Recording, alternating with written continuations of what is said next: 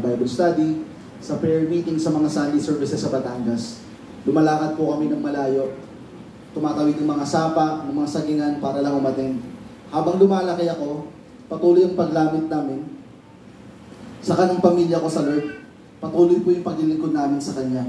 Hanggang sa nakatagpo po kami ng isang church na yung buong pamilya namin, ninali namin yung buhay para sa Panginoon. Naging full-time missionary po kami. Pero ang nasamahan po pala namin church ay isang simbahang may madilim na likuran. Oo, naglilingkod po kami sa Lord ng buong puso. Pero ito ay may kasamang takot sa aming namumuno. Community church kami noon. Lahat kaming mga worker ay nakatira sa loob ng simbahan. May sarili kaming batas na sinusunod. May mga bagay lang na pwedeng gawin.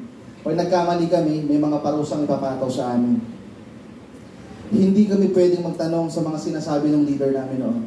Lahat ng sabihin niya, yun lang ang tama. Akala ko noon, yun ang tamang pagsunod, yung obedience to authority. Hanggang sa taong 2008 po, nabuko yung madilim na gawain ng pinuno ng simbahan na yun. Ginawa pa lang sex slave ng leader na yun, yung 6 na babae dun sa community namin. At 4 po dun mga kamag-anak ko. Dahil sa nangyari, watak-watak kaming lahat. Lahat kami nawala ng pag-asa sa buhay. Nagalit ako ng literal sa Diyos. Binura ko siya. Tuluyan ko siyang tinalikuran. Sabi ko sa lola ko, Nay, hindi totoong may Diyos. Kung totoong may Diyos, pinabayaan niya tayo. Sa sobrang galit ko, sinira ko po yung buhay ko yung buhay ko. Nagpiso ako, nag-inom ako, nagsigarilyo, ng babae, marijuana, Valium. Kahit alam kong pagsuway ito sa Panginoon, ginawa ko pa rin, mayugsan lang yung sakit na naramdaman ng kalooban ko. Pakiramdam ko, nasira yung buong pagkatao ko. Dahil literal, buhay at bahay ang inalay namin. Lahat po ng ari-arian namin, binenta namin, tapos binigay namin simbahan na yun. Yung kasi ang sabi na gawin namin. Akala ko yun ang tama. Lumipas ang ilang taon na pagtalikod sa Diyos, hanggang sa nagkasarili akong pamilya. Totoo na ang Lord, hindi tayo basta bibitawan. Kasi nabuulit sa puso ko ang muling paglapit sa Kanya. Pero punong-puno po ako ng pag-aalinlangan at takot sa puso na baka maulit-ulit yung nangyari sa amin noon.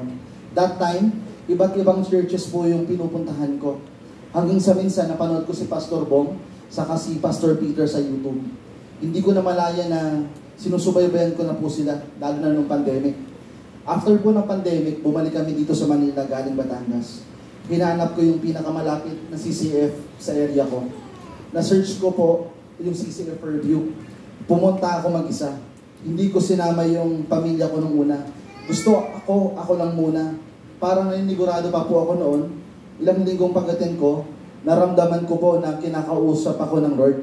Alam ko na may test of obedience ako na hinaharap. Pero dahil may takot ako, tinanong ko siya, Lord, dito po ba talaga ako dinadala?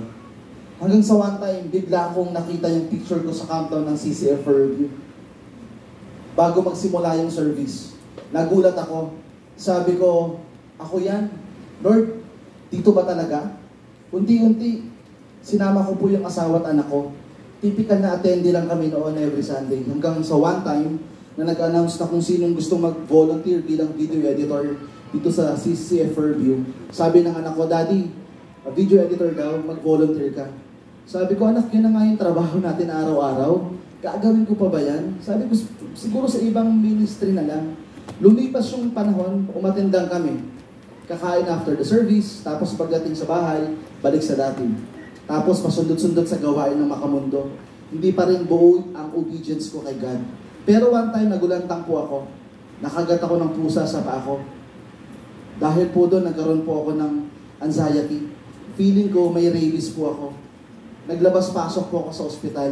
Sa loob ng 2 linggo, 9 na ospital po ang labas-pasok ko. Sinusukan na po ako ng mga ospital sa totoo lang.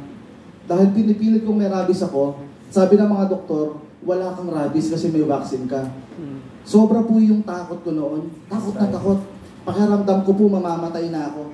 Lagi akong nagbibilin sa asawa at anak ko. Lahat-lahat. Tuwing atakihin ako, parang binibiyak yung ulo ko. Parang hinihiwa ng blade yung buong katawan ko. Parang may nakayakap sa akin na madilim. Magigising ako ng madaling araw, hinihingal po ako. Sa pagkakataong yun, natuto po ulit akong lumuhod at muling tumangi sa ating Panginoon. Hindi ko alam kung saan ako tatakbo ng panahong yun. Wala na akong mapuntahan. Isang araw, naglakas loob po akong i-chat si Pastor Jun Castro. Ang sabi ko sa kanya, Pastor, hindi niyo po ako kilala, pero kailangan ko po ng tulong. Awa po ng Lord. Nag-reply po siya sa akin at sinabi niya, magkita kami. Nung nagkita po kami ni Pastor Jun, wala pa akong ibang ginawa, kundi umiyak lang po ng umiyak. Pinag-pray niya po ako at madalas, lagi niya po akong kinakamusta. And then one time, tinanong niya ako, may D-group ka na ba bro? Sabi ko, wala pa po. Inalok niya po akong sumama sa D-group.